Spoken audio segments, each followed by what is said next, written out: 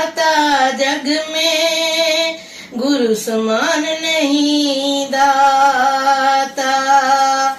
वस्तु अगोचर दी मेरे सतगुरु, भली बताई बात जग में, भली बताई बात। गुरु समान नहीं दाता जग में, गुरु समान नहीं दाता। काल करे सो अब ही कर ले, फिर न मिलेगा साथ जग में, फिर न मिलेगा साथ। काल करे सो अब ही कर ले, फिर न मिलेगा साथ जग में, गुरु समान नहीं दाता जग में, गुरु समान नहीं दाता। निस दिन बंदगी कर सतगुर की, काल झुकावे माथा जग में, काल झुकावे माथा। निस दिन बंदगी कर सतगुर की, काल झुकावे माथा जग में, गुरु समान नहीं दाता जग में, गुरु समान नहीं दाता। शब्द पुकार पुकार कहते हैं, कर ले संतन साथ जग में, कर ले संतन साधा जग में, गुरु समान नहीं दाता जग में, गुरु समान नहीं दाता। पर्दा खोलो मिलो सतगुर से, पाओ मोक्ष द्वारा जग में, पाओ मोक्ष द्वारा। पर्दा खोलो मिलो सतगुर से, पाओ मोक्ष द्वारा जग में, गुरु समान नहीं दाता, गुरु समान नहीं दाता जग में, गुरु समान नहीं दाता। कहत कबीर सुनो थर मन मानो वचन हमारा जग में, कहत कबीर सुनो धर मन मानो वचन हमारा जग में, गुरु समान नहीं दाता जग में, गुरु समान नहीं दाता।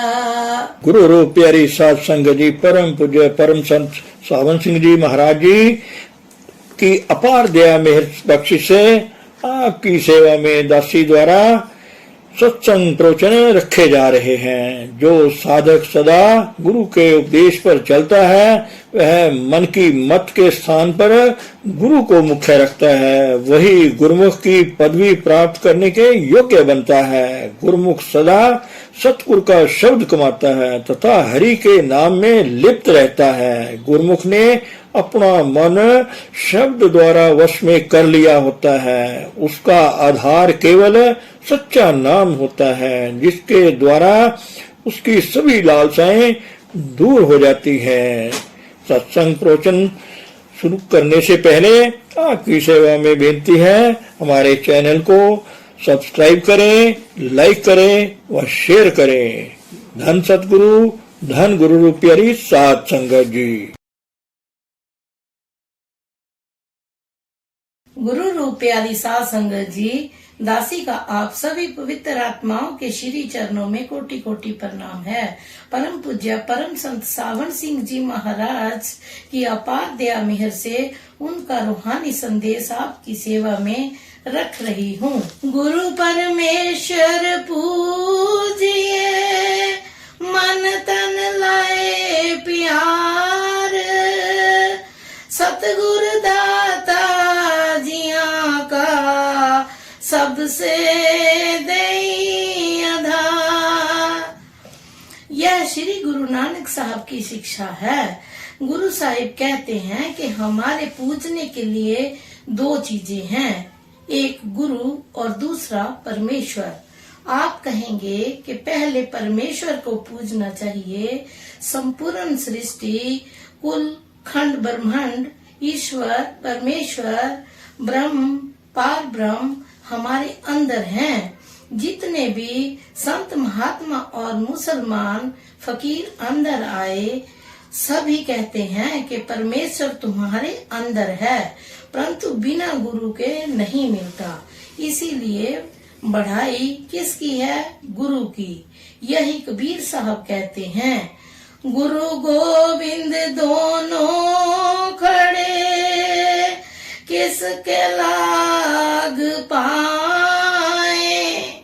कि परमेश्वर भी सामने खड़ा है, गुरु भी सामने खड़ा है, किसको नमस्कार करें। आगे कहते हैं, बलिहारी गुरु आपने, जिन गोविंद दियो लखाए।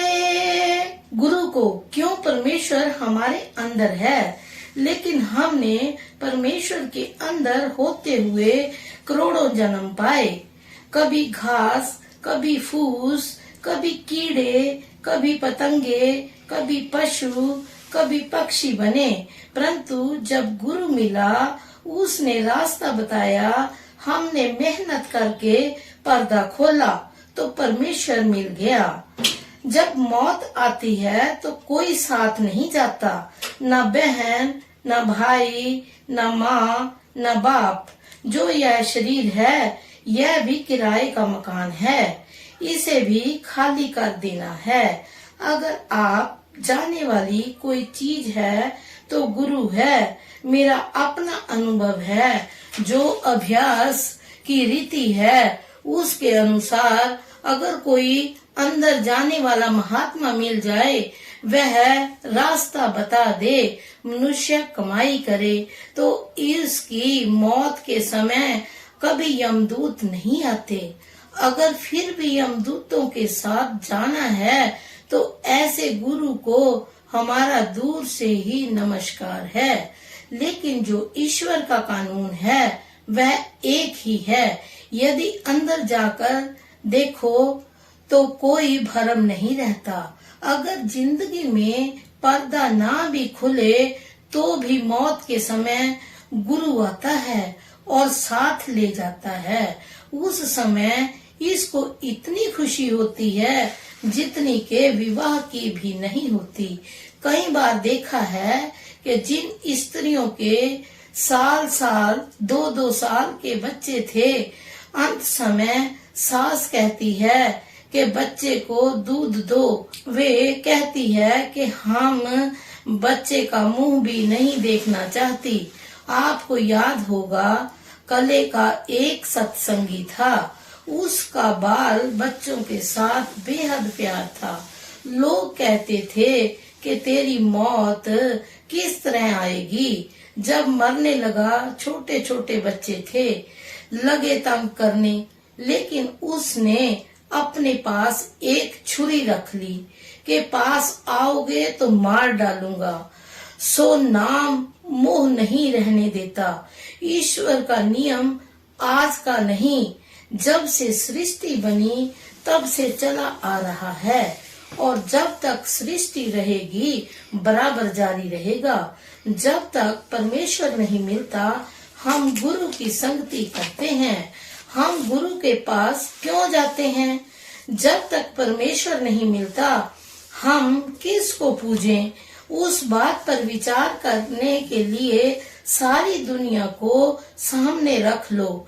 यह दुनिया 5 तत्वों की बनी हुई है, मिट्टी, पानी, आग, हवा और आकाश। और तत्वों के अनुसार इसकी 5 श्रेणियां हैं। पहली वह श्रेणी है जिसमें एक तत्व पूर्ण है, बाकी है तो सही लेकिन नाम मात्र। वे क्या हैं? सब्जियां। इनमें कौन सा तत्व है? पानी।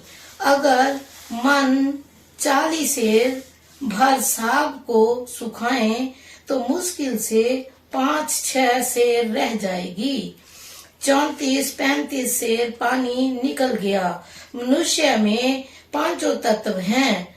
अगर 5 तत्व वाला मनुष्य तुलसी, पीपल और अन्य 1 तत्व वाले वृक्षों को पूजेगा तो वह नीचे की ओर जाएगा, अर्थात मरकर वही बनेगा। हमारे वेद शास्त्र भी यही कहते हैं, जहाँ आशा वहाँ वासा। दूसरी श्रेणी है कीड़े मकोड़ों की। इनमें सांप, चूहे, छिपकलियां, बिच्छू आदि शामिल हैं। इनमें 2 तत्व प्रधान हैं, आग और हवा। बाकी 3 हैं। तो लेकिन नाम मात्र के लिए जब सरगोधे की नई बस्ती का कार्य शुरू हुआ, मैं वहाँ सब डिविजनल अफसर लगा हुआ था।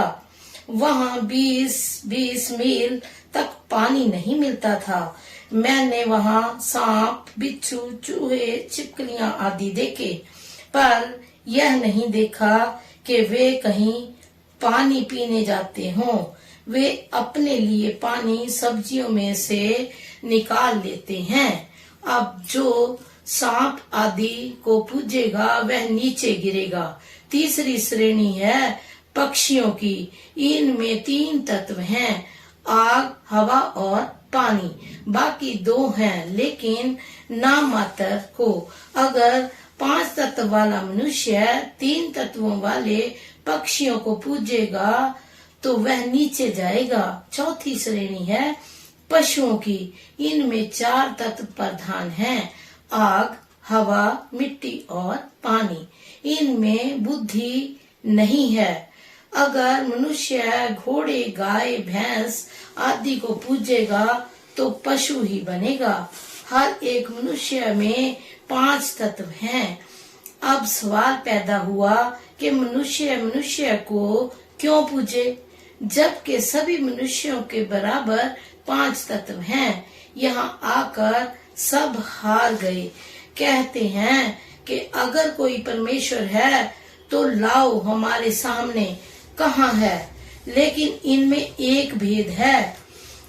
जिस तरह किसी कमरे में एक तार बम्बई, कलकत्ता या किसी और स्थान से जुड़ा हुआ है, इस तार के दोनों सिरों पर जो यंत्र होते हैं उनको बैटरी कहते हैं। यह बातचीत के लिए बनी हुई है। यह आपस में खबरें लेती और लेती है। अगर उस कमरे में 10-20 बैटरियां और पड़ी हों तो तार के साथ नहीं जुड़ी हैं, तो क्या वे खबरें लेंगी? कभी नहीं। इस तरह गुरु की बैटरी मालिक से जुड़ी हुई है। वह मालिक के साथ बातें करते, खबरें लेते और देते हैं। हमारी बैटरियां जुड़ी हुई नहीं हैं। हम गुरु के पास इसलिए जाते हैं कि उसकी तो बैटरी जुड़ी हुई है, वह हमारी भी जोड़ दे। जिन्होंने अपनी तवज्जो शब्द के साथ लगा ली, वे मालिक से मिल गए। हमारे अंदर तार तो है लेकिन जुड़ा हुआ नहीं है। गुरु मालिक से उपदेश लेता है। अगर हमारी बैटरी तार के साथ जुड़ जाए तो हम भी सुन सकेंगे। इसीलिए हम उसके गुरु के पास जाते हैं। अगर वह पहुंचा हुआ महात्मा है तो वह यह नहीं कहता कि मैं गुरु हूँ। वह कहता है कि आप मुझे दोस्त समझ लें, बड़ा भाई समझ लें। जब आप अंदर जाओगे, नजारे देखोगे, तब जो मर्जी हो कह लेना। ऐसा गुरु जीते जी भी साथ है और मौत के वक्त भी साथ है। फिर उससे बढ़कर हमारा रिश्तेदार और कौन है? कोई नहीं। गुरु हक की कमाई का गुजारा करता है। अगर हम उसको कुछ देना चाहें तो वह कहेगा कि सत्संग में, लंगर में या किसी और सेवा में खर्च कर दो, ताकि तुम्हारा धन सफल हो जाए, लेकिन वह अपने लिए कुछ नहीं लेगा। कबीर साहब ने सारी उम्र ताना तना, नामदेव ने कपड़े रंग कर गुजारा किया, कई पैगंबर भेड़ें चराकर गुजारा करते रहे। गुरु नानक साहब ने तो यहाँ तक ताकीद की है कि गुरु पीर सदाए मंगल जाए, ताके मूल ना लगिए पाई। अगर कहीं मांगने जाता है तो वह गुरु नहीं, फिर क्या करें? घाल खाई कुछ हाथों दे, नानक राह पछाने से। आप मजदूरी करें, दुकानदारी करें, खेती करें या कोई और काम करें, अपने बाल बच्चों को पालें, फिर संगत की सेवा करें। इसीलिए हमारे पूजने योग्य दो ही हस्तियां हैं, एक गुरु, दूसरा परमेश्वर। सतगुरु की कृपा से हमें रूहानी मंडलों पर जाना है। गुरबानी कहती है, जे सो चंदा उगवई, सूरज चढ़े हजार, इत्ते चानण होंदिया गुर बिन घोर अंधार। इस दुनिया में लाखों करोड़ों सूर्य चंद्रमा उदय हो जाएं तो यह प्रकाश हो जाएगा, लेकिन जब आंखें बंद करो तो अंदर अंधेरा है। जब सतगुरु नहीं मिलता तब तक अंदर रोशनी प्रकट नहीं होती। इसीलिए हमारी पूजा के योग्य गुरु और परमेश्वर हैं। गुरु को तो हमारे प्यार की जरूरत नहीं, इसका अपना प्यार है, मालिक से लगा हुआ। वह कहता है, तुम भी मालिक से प्रीति लगाओ। सतगुर वचन कमावने, सच्चाई है विचार, बिन साधु संगत रतिया, माया मोह सब छार। साथ संगत जी, दासी से बोलने में अगर कोई भूल चूक हो गई है तो दासी क्षमा की याचक है। धन सतगुरु, धन गुरु रूप प्यारी साध संगत जी।